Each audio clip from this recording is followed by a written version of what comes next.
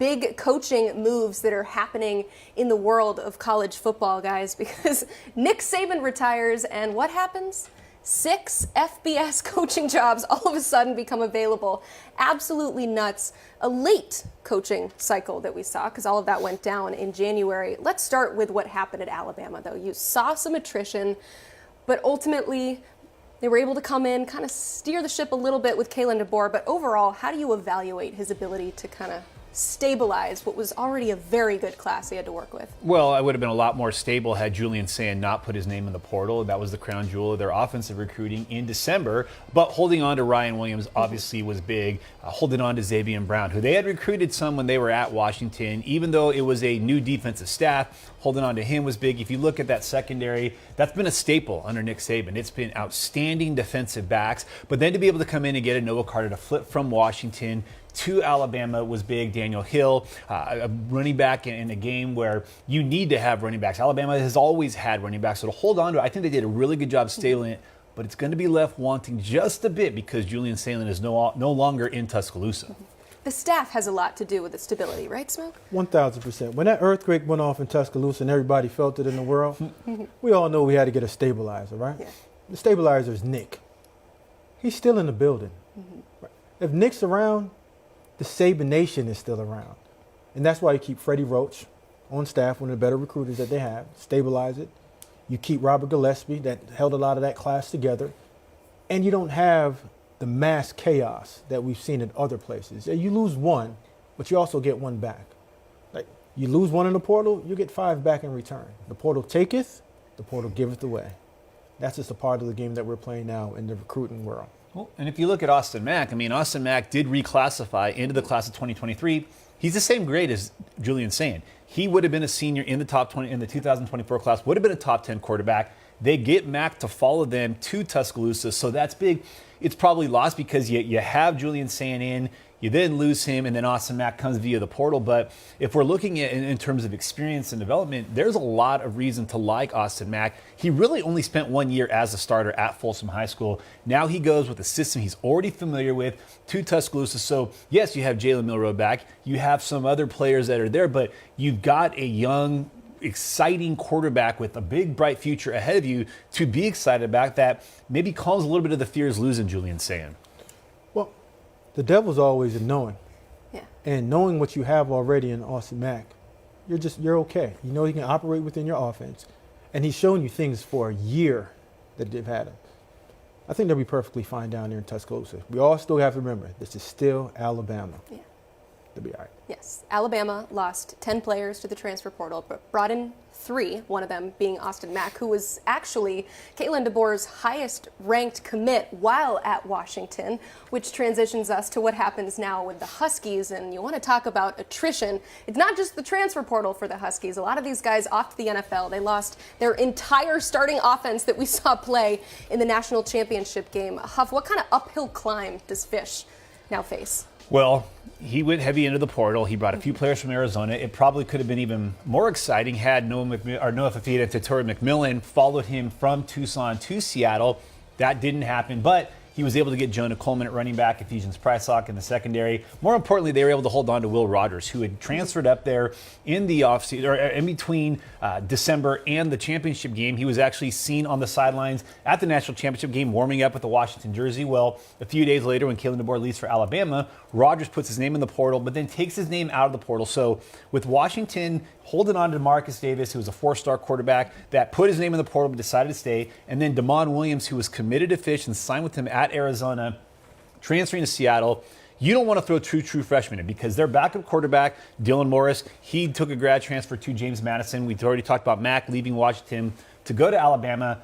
What was life going to be like without Michael Penix? Well, they didn't have receivers to throw the ball to, let alone a quarterback. So holding on to Will Rogers is huge. But you're going to need to see a ramped-up effort from Washington recruiting. Even before DeBoer left, for a team playing for a national championship, this wasn't a class that you would have said, hey, this is a team that's gone 24-3 the last 2 years. There needed to be a concerted effort with high school recruiting. They were playing the portal game. They had a lot of seniors this year. They had a lot of draft-eligible guys.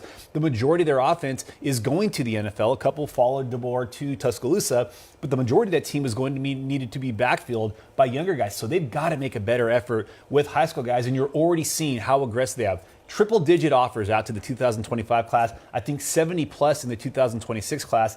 Already in the 3 weeks that he's been there, Jedd Fisch is making a renewed effort with recruiting, and I think that's something that they're going to have to continue to do moving forward and not just rely on the portal. I know there's that extra emphasis in the beginning to kind of ramp it up and to offer as many guys as possible, especially when you go through that later coaching change happening in late January. But moving forward, Smoke, what do you anticipate kind of the philosophical shift that we'll see recruiting-wise from Kalen DeBoer to Jedd Fisch?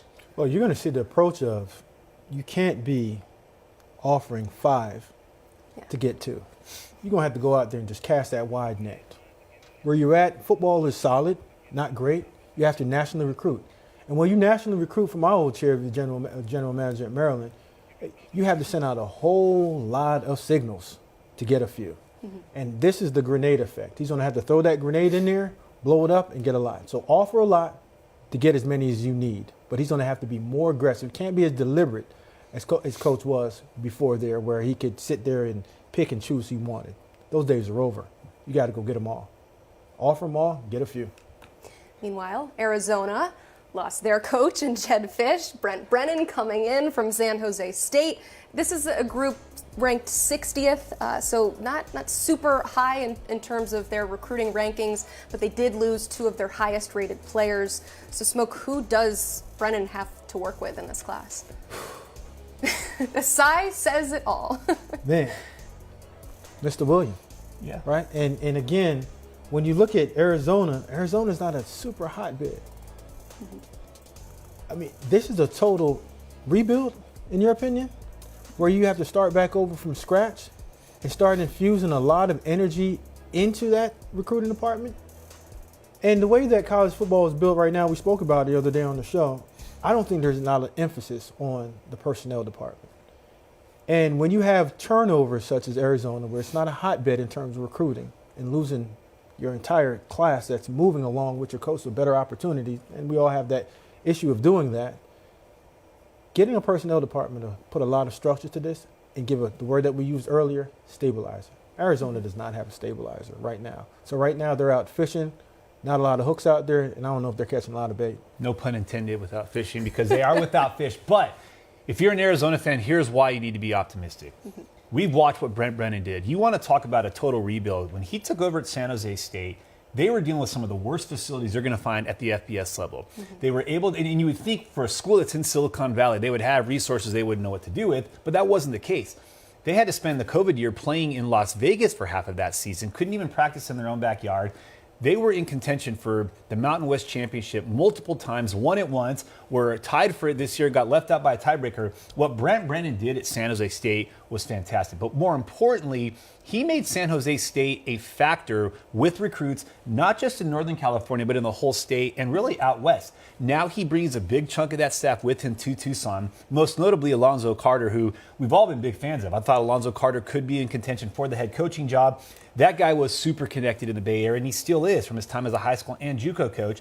So that effort that Brent Brennan was bringing to San Jose State, he's going to bring it to Arizona. They're going to the Big 12. Like you said, Smoke, they don't have the fertile recruiting ground, especially when you look at what UCF has, the Texas schools have. Arizona, the kids in Arizona have consistently left the state to play.